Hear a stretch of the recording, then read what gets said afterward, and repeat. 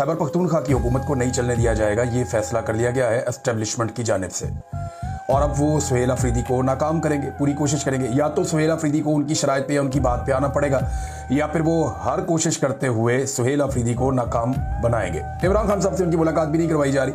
हो सकता है आने वाले दिनों में करवा दी जाए, क्योंकि डे बाई डे चीज़ें तब्दील होंगी। खैबर पख्तूनख्वा में पाकिस्तान तरीके इंसाफ को जो कुछ थोड़ी ऑक्सीजन मिली है एक बड़ी तब्दीली के बाद,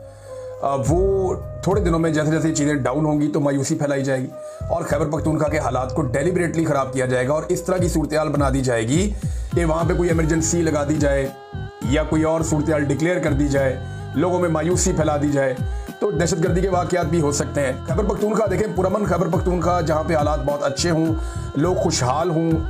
वो कभी भी ऐसे ताजरों को या बिजनेसमैन को पसंद नहीं है या ऐसे बैरूनी आकाओं को पसंद नहीं है ऐसा खैबर पख्तूनख्वा जहाँ से आपको मादनियात ले जाने में मुश्किल पेश है।